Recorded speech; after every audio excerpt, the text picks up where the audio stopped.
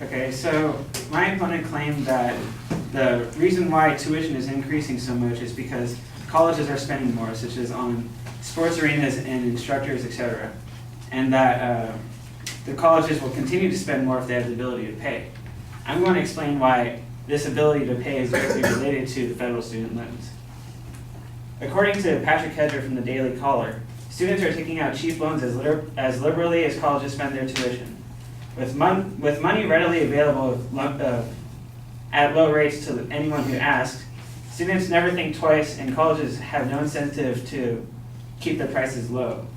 The end result is the college is spending more on superfluous things like the new building that's being built on school, designed to simply draw more students and their government-backed blank checks.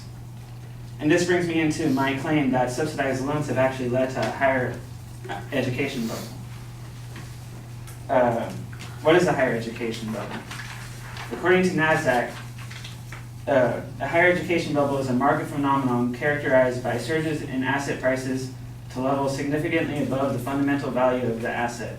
Bubbles are often hard to detect in real time because there is a disagreement over the fundamental value of an asset.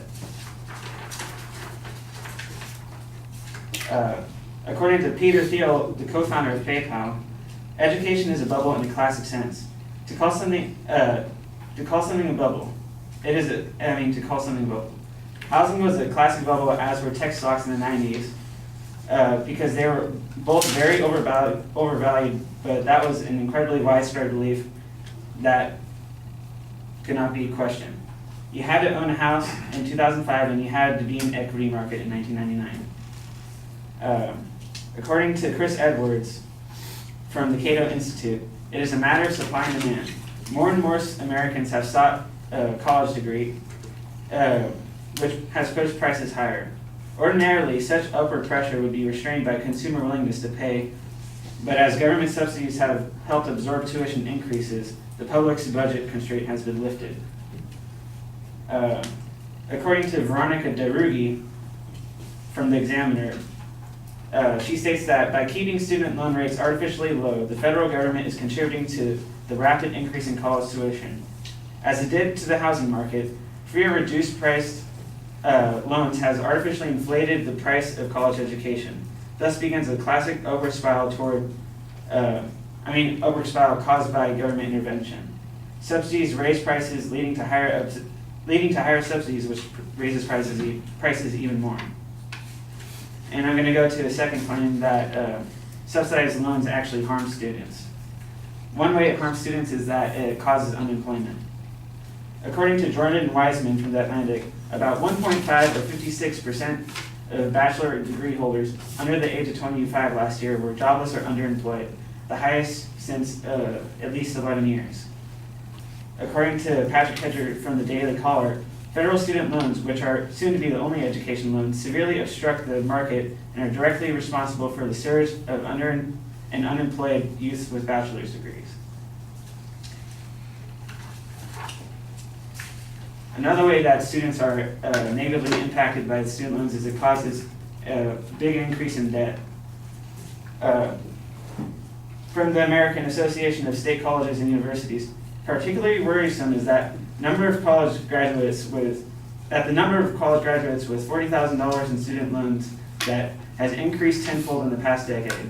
Those numbers pose long-term threats to recent college graduates' lifelong decisions, but the financial future of borrowers who do not earn a degree is even bleaker.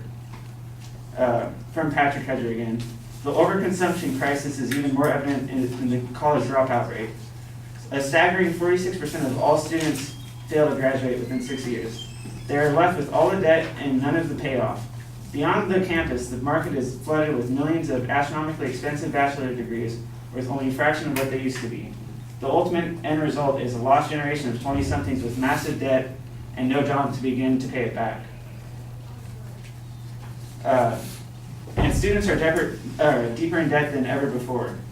Student debt has now drifted up to $22,000 per borrower for graduates of public universities. The uptake per student has been a model in recent years, but student debt has become an acute problem because of the shortage of jobs available to new graduates. Some economists worry that the wave of defaults could be coming as millions of young workers fail to earn enough and to paying off their loans. From the American Association of State Colleges and Universities, the trend of higher debt burdens weakens the limit to access to higher education, particularly for low-income and first-generation students who tend to have the heaviest debt burden. Federal student aid policy has steadily put resources into student loan programs rather than need-based grants, a trend that straps future generations with high debt burdens. Even students who receive federal grant aid are finding it more difficult to pay for college. Another way that student loans harm students is it negatively affects their credit score a lot of times.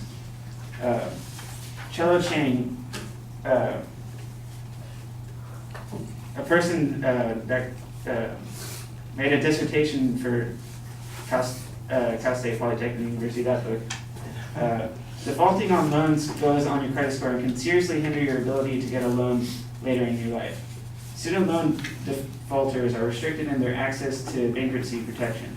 The IRS can seize defaulters' income tax refunds, and students who default on an education are prohibited from participating in the student loan program thereafter. Student loan,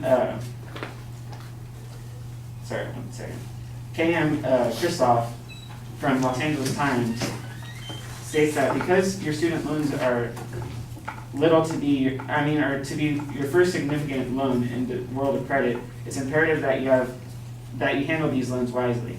Missing even one payment can trash your credit score, and a bad credit score can lead to higher costs for loans, higher insurance premiums, and trouble when attempting to get a job. So instead of